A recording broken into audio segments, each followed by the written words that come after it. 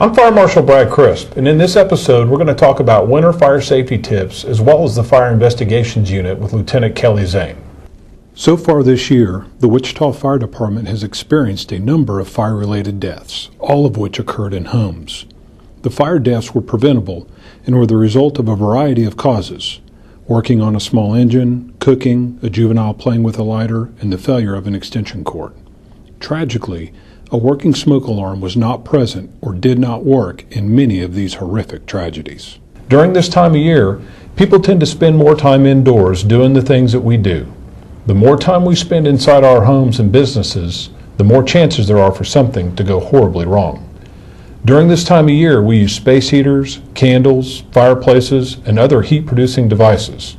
Care and prevention need to be taken to ensure our home is free of fire hazards, which could injure, or worse yet, kill you or your loved ones. I'd like to introduce Lieutenant Kelly Zane. Kelly's a 21-year veteran of the Wichita Fire Department. Kelly's also certified by the State Fire Marshal's Office as an investigator, and in 2012, Kelly was selected as the Fire Investigator of the Year for the state of Kansas. So Kelly, thanks for joining me today. I appreciate it. Thank you for having me, Chief. We got some important stuff to talk about, and I think the first thing we ought to talk about, because it's been a while since we've had a fire investigator in here, is how do you guys do what you do? How do you determine where a fire started and how a fire started? Well, sometimes, as you know, it's not very easy, and some are easier and some are tougher than others, but generally what we do is we go to a fire scene and we do our best to determine where the fire started and how the fire started. Right. So to get to where the fire started, are there some techniques or some things you do? Are there some general guidelines that you guys follow? Yes. Typically, fire burns in a specific way. It likes to burn up and out. So what we try to do is we start from an area of least amount of damage, and we work our way, we follow fire patterns into where we think the fire started. And that's generally the area that has the most significant damage, because the fire burned there longer. Typically, yes. Right. Not always, but usually. Not always, yeah. So in the area where the fire burned the longest, there's usually stuff there, right? Yeah. And that's what you're looking for. We hope so, yes. You're looking for what got hot enough to potentially cause a fire. Correct. And the fire doesn't always just destroy all that stuff, does it? No, typically there's always going to be something left behind for us to examine. Right. So it could be electronics, it could be an extension cord, it could be an ignitable liquid that somebody's poured there. Correct. You guys have recovered lighters, just matches, all kinds of stuff that could have potentially caused the fire. And it doesn't just go away. It just doesn't go away. It takes some time, too, to get to that point. A lot of digging, a lot of time going through the fire scene, examining fire patterns, right. sifting through fire debris, trying to find out what's there. Right. Photographs, interviews, you guys do it all from start to finish. Correct. And we also typically rely on Wichita Police Department to help us out with some of that stuff. Sure. Yeah, if there's a fatality, like we talked about in the intro, typically you guys get the police department out there as well to help do some interviews and get some background information. So it's a long and tedious process, and to come up with the conclusions that you guys come up with, I know you guys are highly trained. You do this a lot. You guys make 240, 250 fires a year as investigators. Correct. And we appreciate your dedication to the service and to this community. Thank you. What's the leading cause of fire here in Wichita? Cooking fires are the leading cause, and careless smoking, and then probably electrical fires should come in third there. Let's talk about each one of those a little bit in a little more detail. We're coming into the holiday season. Folks are going to be at home. They're going to be cooking, having family over, and those kinds of things. And with fire being the leading cause, cooking being the leading cause of fires, what can folks do to help prevent those things from happening? Well, typically you want to get rid of all combustible materials, your oven mitts, wooden utensils, right. Towels, paper towels, some of the packaging that came with that food. Just get all that stuff away from the area where you're working or cooking. Right.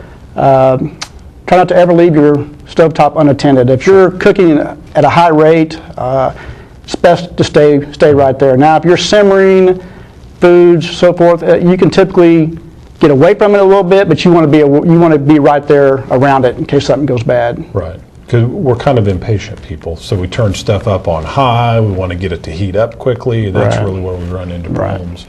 And to the theme of keeping things away from the stovetop, you talked about the towels and the oven mitts and stuff. Well, kids, how about keeping kids and pets away. Correct. Kid-free zone. Right. A lot of injuries. Try to keep all the handles turned in to where Yep. kids can't grab them. Right. Yeah, you don't want kids getting burned or, worse yet, getting around there and accidentally starting a fire. Yeah, because not only is cooking the leading cause of fires, it's also the leading cause of injuries as a result of fire, from splattering grease and those kinds of things. Correct. If there is a fire, hopefully there's not, but if you're in your kitchen and you discover that one of your pans of grease or something is on fire, what should people do? Depending on the severity of the fire at the time, but typically we'd like for people just to get out of their house. Get out of their house, call 911, and wait for us to get there to do our job. Right. But if you feel like you can control that fire while you're there, it's better just to smother. If it's a grease fire, smother it. A lid to a pan. Use a lid, wet cloth. wet towel, something like that. Call 911. And then call 911. Turn the power off. Right. And always, the big part there is, like you said, call 911, get us there, because you never know the extent of the damage. Yeah. And that's where we can do our job. But we can go in there and tell if there's fire behind the wall or up in the cabinets or something like that. Right. One other little tip, and sometimes we fail to talk about this, is if the fire is big enough on your stovetop and you don't feel like you can handle it, that's fine. Get out, get your family out, call 911, but close those doors behind you. Ventilation, the wind, we live in Kansas and the wind blows, and that ventilation really stirs that fire up, and you're best closing your door behind you as you go out. Right. So, cooking fires are obviously a big deal. You'd also mentioned coming in at second place is typically smoking. And again, kind of going back to the theme of the holidays, folks are going to be home. They're going to, have family members there, and maybe you don't smoke, but maybe your family does. People sometimes go outside, sometimes they're inside the home. What are some of the things that we see as fire investigators in the fire department that causes careless smoking fires? Well, typically, smoking fires are caused from careless discarding of that smoking material. People will go outside. In today's time, most people don't smoke inside, so they'll go outside, and when they get done, they'll just flick their cigarette in the yard, in the mulch, or they'll put it in a potted plant, which is a big no-no.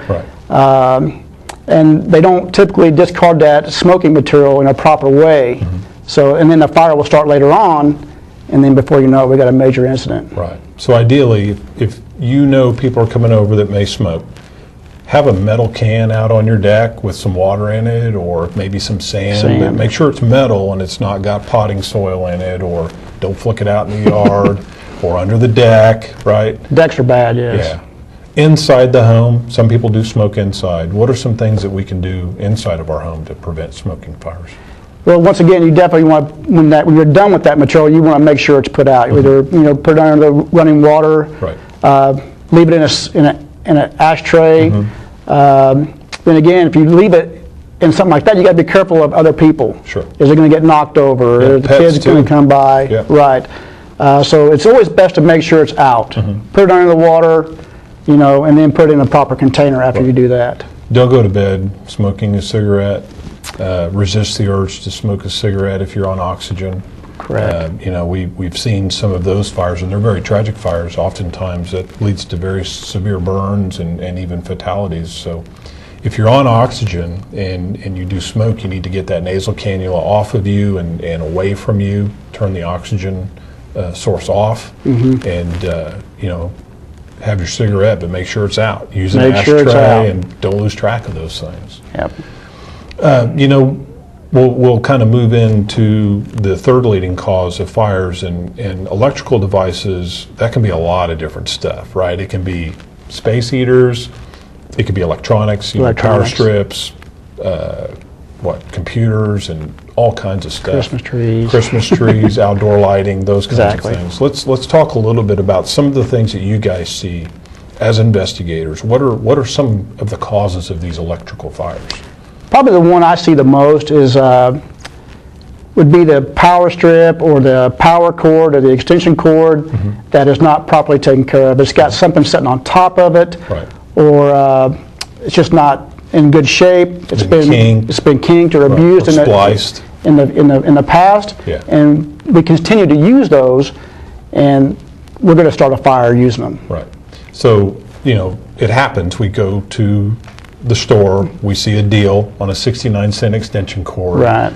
It's not designed to carry your big screen TV, your VCR, your cable box, the lamp, and everything else that you want to plug into that extension cord. Those things aren't heavy enough to handle that volume of current. Correct. And then when the extension cord gets abused because it's been kinked or there's furniture on top of it, Or just overuse. you're asking for a disaster. Over a period of time, that cord's going to fail, Yeah. and you're going to have an event that happens. Right. Extension cords stop working, and it's because they failed. Sometimes that results in a fire, sometimes it doesn't. It's just the extension cord's now Right. broke.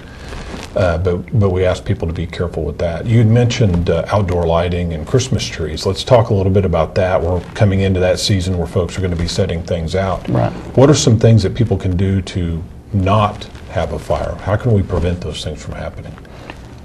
Well, once again, you're going to use extension cords a lot to get a power source to where you need one. Once again, just be careful. Don't overuse them. Don't overextend them. Try not to plug several cords together to get the job done. We call that daisy chaining. Right. Yeah. Don't put stuff on top of them. The extension cords are designed to vent and to vent their heat out. And then once you cover them up, they're going to lose that ability to do that, and they're going to restore that heat, and they're going to have a failure. Right. So just be careful. Try not to stack a whole lot of stuff together on one power source. Right. What about space heaters? You mentioned that a little while ago. Space heaters are an electrical device. Sometimes we see folks using them with extension cords. What are some of the things that happen with space heaters that can cause people problems? Electric space heaters? Typically people will put items too close to the space heater, they can catch on fire. Right. They'll store laundry, or they'll put it too close to a couch, or the item or the space heater can actually get bumped and turned by a dog or a cat, and end up too close to or knocked over to where the electrical device malfunctions and we have a fire. Right. Drapes, bedding, those kinds of things Kids, come into clothing, contact with them. Kids. And not only can it start a fire, it could also cause burn injuries. Exactly. The older ones aren't quite as safe as the newer ones. A lot of the newer space heater devices have tip-over safety features on them, so if they do get tipped over by the dog or the kids being rambunctious, they'll turn off. A lot of the older ones don't have that. And get too close to the screen, and a child could burn their hand, or you could burn your leg walking past it. And so that's one of those things. It's that time of year, and people are going to use them. We want folks to use them safely. Keep them at least 3 feet away from your bed, from your curtains, from the pile of clothing. Correct. Don't use them to dry off your coat when the kids have been out in the snow having a good time, and do those kinds of things. While we're on the topic of heat and producing heat, let's talk really quickly about fireplaces, and not just fireplaces, but handling hot ashes and coals. Correct. What are some of the things that you see with fireplaces and barbecue grills and smokers and things like that cause fires? Well, the number one thing with fireplaces is you got to get your chimney cleaned. I mean, so many times we don't get it cleaned for years. We go to use it that one time, we got a buildup of creosote in there. Yeah. And that will start a fire in your chimney, and it'll end up on your roof, and then we have a major problem. Right. Most of that stuff, though, the grills and everything, we just want to be really careful. Keep it away from the house, keep it away from your deck, keep it away from stuff that will catch on fire associated with your house, and then just maintain it, watch it, stay around it, stay in the room. If you're outside, don't leave your grill unattended. Always be there, because if something happens, you're there to fix it. Right. Or you can notify, or you can see it real easy, and then notify the fire department if you have a problem. Not only do we get fires in the devices themselves, but people want to go clean them out, clean their fireplace out, clean their charcoal briquette grill out. Right. And we take those ashes or those briquettes and we throw them in the trash can. Big Days mistake. later even. Yeah. Talk a little bit about the time frame and what people can do to better handle that situation. Correct. You mentioned earlier with the cigarettes of having that metal container. And they make stuff just like this for your charcoal or your metal buckets with a metal lid. And they make this exact same thing. What you want to do is you want to discard that material inside that metal bucket at first. No matter how long it's been in there, that stuff can lay dormant for days. Right. and still be hot, have a hot ember in it. Yep. So you want to discard that in a proper bucket and then store it for a long time. Right. We're talking 3 or 4 days at least. At least. At a minimum. Yes. Ideally, you could wet it down also with a garden hose, but don't shovel it right out of your fireplace or out of your barbecue grill into your trash can. No. Because where are our trash cans at? They're up against the house. Up against the house, Yeah, yes. next thing you know, the fire goes up the siding into the soffit, and your attic is Yeah. going to have some issues. So, Mm-hmm. great tips. We've talked a lot about what causes fires. Fires do happen. There's a device in our home that's very helpful with letting us know that there's an emergency going on. It's called a smoke alarm. Let's talk really quickly about smoke alarms and their importance. Okay. It's real important that we have smoke alarms. Mm-hmm. We all know that they save lives, several lives every year. Yep. The important thing is, though, we check them. We got to make sure they work. They don't last forever. Test that device. It's got a test button on it. Yep. Get a broom handle, test it, make sure it works. Change your batteries once a year. Make sure you have good batteries. Those are solid tips. Smoke alarms do save lives. We need to test them. They're only good for about 10 years. So if your house is 10 years old, 11 years old, 12 years old, make sure you get those things replaced. You'd mentioned testing them. You don't just have to test them during the time change. You can test them once a month, make sure they're working. Sometimes batteries go bad, get those things replaced. Smoke alarms do certainly save lives, and we want people to make sure that they're testing those things and making sure that they're working. Something that we sometimes don't think about is closing doors, like bedroom doors when we go to sleep. Talk a little bit about the importance of keeping doors closed and how that affects smoke movement and all that kind of stuff. I don't know the exact time frame, but I do know that when you have your door closed while you're sleeping, it will allow you a certain amount of time before the fire, heat, and smoke can get into that room. Valuable time that will allow you to make a decision on how you want to get out of your house, via the window, or you can check the door, or however you choose to do it. So it's very important to keep that door closed while you're sleeping. Yeah, and there's more than one way out of your bedroom. If there's a significant fire in your home and your door's closed, that's a barrier between you and the fire. Exactly. You can climb out a window. If that isn't available, you can go through sheetrock. Sheetrock, you can punch a hole through sheetrock and go into the adjacent room to get to a window. Correct. Have a plan. Don't just think that's the only way out of my home. You've got a front door, a back door, a garage door, a sliding glass door, windows. There's all kinds of options to get out of a home, and we'd much rather see you get out through a window or even go through an adjacent room than have to try to go up against the heat of a fire, because that's just not going to work out too well for you. And you said it best, have a plan. Yeah.